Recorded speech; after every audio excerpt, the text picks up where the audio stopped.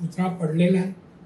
आम्हाला परत पुतळा साजेसा मजबूत जो बनवून देईल त्याच्याकडून परत पुतळा त्या ठिकाणी उभारायचा आहे. लवकरात लवकर ते प्रयत्न आमच्या सरकारने चालू केलेले आहे. एक दुसरा, हा पुतळा कोसळला कशामुळे, काय दोष होता, टेक्निकल काय दोष होता, बांधकामामध्ये का दोष, त्याची चौकशी, या दोन्ही गोष्टी आम्ही चालू केलेल्या आहेत. आम्ही काय कुठे सोडलं नाही.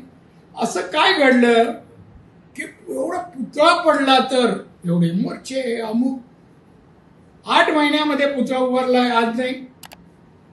हे जे कोण नातं आहेत ना तुमचे मार खाल्लेले काल, त्यांना विचारा 8 महिन्यात कधी महाराजांना येऊन नतमस्तक झालात, मुजरा केलात 8 महिन्यात, कधी काय केलं, एखादा गुच्छ आणून ठेवला. आता प्रेम का आलं, निवडणुका. उद्धव ठाकरेला महाराज, छत्रपती शिवाजी महाराज, हिंदू धर्म काही नाही, निवडणुका आणि पद.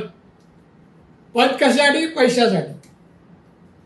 एक लाचार माणूस आहे आणि त्याच्याबद्दल मला कधी काय विचारू नका.